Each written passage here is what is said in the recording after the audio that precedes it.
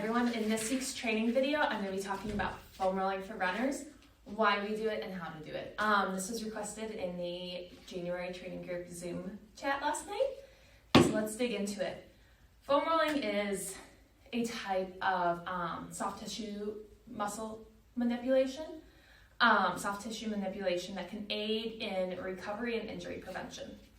So essentially, foam rolling takes the fascia of your muscle, which is this outer garment, think of sleeve that covers your muscle fibers, and it returns it to its normal healthy positioning. So when you exercise, when you run, you incur muscle damage. That's part of what makes your body adapt. That muscle damage is good. You don't want to completely make it go away. You want your body to adapt to it. But sometimes with all those micro tears in your muscles, the fascia, the outer cover, gets all kinked up and some knots or adhesions formed. Myofascial release essentially smooths those adhesions back to their normal positioning, and it sends more oxygen-rich blood to those muscles to kind of help them recover, or at least help them feel good. Now, research shows that myofascial release is actually more beneficial than stretching. Static stretching has a lot of potential detriments for runners. You lose a lot of desired muscle tension, lose that spring that you need in your muscles. Myofascial release helps your muscles feel better. It gets all those knots worked out, which stretching actually might not do, and it doesn't compromise your muscle tension at all. So that's kind of why it's beneficial. It also just feels good. Some things suggest that it kind of soothes your parasympathetic system, like it reduces cortisol and all the stress hormones after exercise, so it can help from recovery in that aspect also. When it comes to foam rolling, you can do it multiple times in your routine. So I forget what the exact study was, but there was a recent study that was looking at things like stretching, and it actually found that foam rolling before exercise was the best way to deal with lingering soreness versus stretching or stuff. So you can foam roll before you run, and when you do that, you want to apply gentle pressure and do it for probably just 10, 15, maybe 20 seconds at most on those muscles. You don't want to dig in super deep if you're doing it before a run. You just want to gently roll out. If you're really sore after a run, you can foam roll more deeply. That's up to 30 seconds. And when you find a tight area, you want to really press in and work it out. That's kind of the two modes: is before, gentle pressure; after, harder pressure. So then what do you need to foam roll? You need a foam roller. I have a Trigger Point one. They're like $20 on Amazon for this size. I like them because they're soft foam on top, hard inside. You can really use whatever foam roller works for you. Some people even use PVC pipes, which, PVC is a little questionable to touch to your body, but it goes to an example that you can be creative if you need more pressure or stuff. You can also use a lacrosse ball. Lacrosse balls, though, are generally more targeted release than you would get with a foam roller. There's more pressure. For some people, that's really great. For others, it can actually be too much pressure and cause the muscles to spasm in response. So you kind of have to feel out your sensitivity. It's really up to kind of your personal preference. But I generally recommend you need a foam roller. If you have a lot of knots, get a lacrosse ball. And let's get into the hows. So a few quick how-to primers is, first, if you're experiencing any redness or swelling, do not foam roll over an area. You do not want to foam roll something that could be a fresh, brand new sprain that could prolong the healing process. You do not want to foam roll something that could possibly be a fracture. And in a worst case scenario, you don't want to foam roll something that could be some sort of other non-running related injury, like a thrombosis or a bee sting or something like that. Any redness or swelling, don't foam roll over it. And then you always want to go in the same direction as your muscle fibers. So think of your muscle fibers running this way. You want to go parallel with them, not perpendicular. And then finally, you want to be really cautious when foam rolling your spine. So you can do some lumbar and thoracic spine release with the foam roller. I'm not going to demo it here because I'm generally pretty cautious about it. Just be careful when putting the foam roller perpendicular to your spine. That might be something that if you need to do that, talk to a physical therapist about, because you could do damage to your spine. Also, kind of going off the bone fracture thing, if you have any osteoporosis or osteopenia or bone density concerns, again, talk to a physical therapist or your doctor about how to appropriately foam roll. You want to be careful with your bones.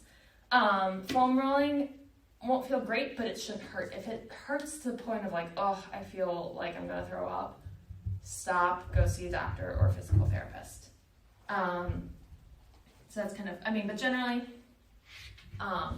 there's not much detriment with foam rolling. Just don't roll over an active injury. So let's go into it. So you want to always foam roll your major muscle groups. So that's going to be your calves, your hamstrings, your quads, your glutes. Kind of get into the TFL also, especially if you have any hip IT band problems. Your lats. And that's pretty much it. If you have very targeted issues like sciatic nerve pain or IT band syndrome, you can use the lacrosse ball to release your piriformis or your TFL. I'll show that in a moment. You can also use the lacrosse ball on tight hip flexors. Do not roll over your IT band. Your IT band is not a muscle. It is just a piece of connective tissue, and it won't respond well to foam rolling. So when you foam roll, again, you want to take your limb, the muscle, and place it over the foam roller. You don't want it flexed, you don't want it overextended, just keep it kind of loose and comfortable.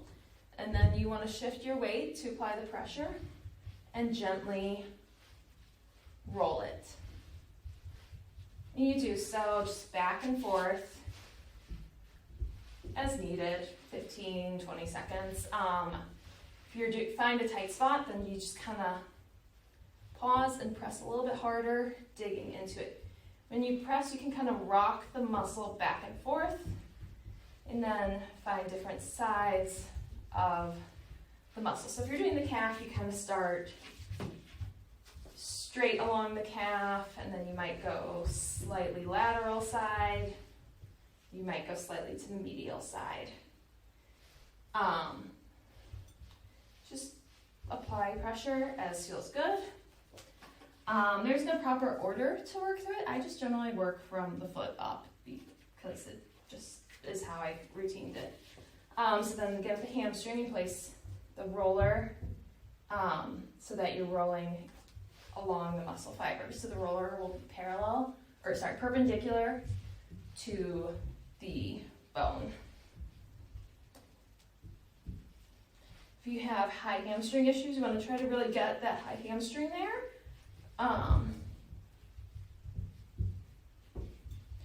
Then you can come up to your glutes. Usually from your glutes, you actually want to put a slight pivot on it to kind of get to your glute medius, your piriformis, and those smaller glute muscles that can be very irritating for a lot of things. Mine are definitely quite tight.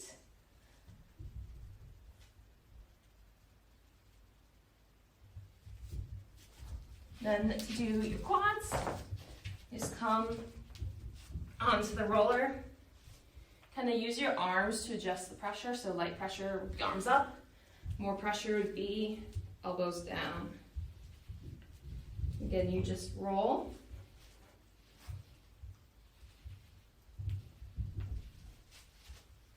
And then your lats. For a lot of runners, excessively tight lats can actually hinder good posture, hinder a good arm swing. And that's an area that commonly tights up. So you just place it under your lat, and you gently, very gently for this roll.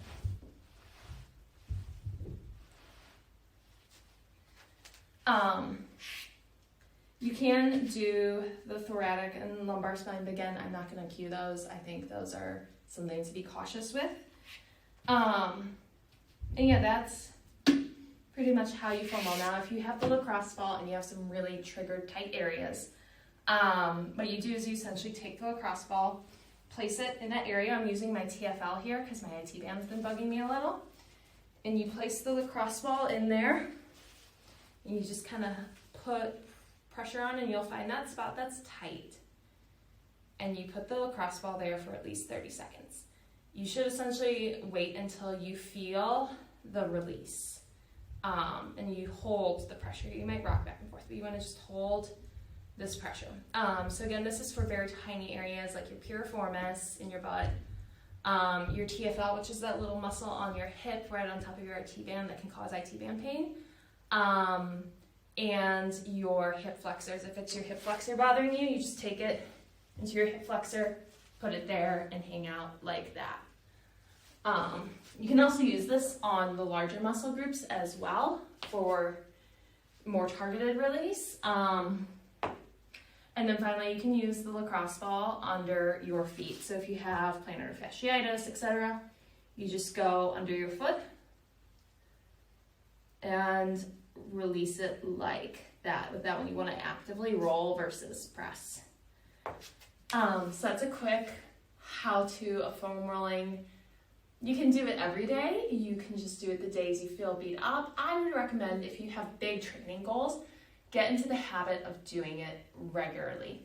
It doesn't need to take long, 5 minutes. You don't want to beat your muscles to a pulp, just you want to release them. So as always, if you have any questions, hop into the comments here on Facebook, or reply to the email. Let's have a discussion about all things kind of foam rolling. So thank you, and happy running.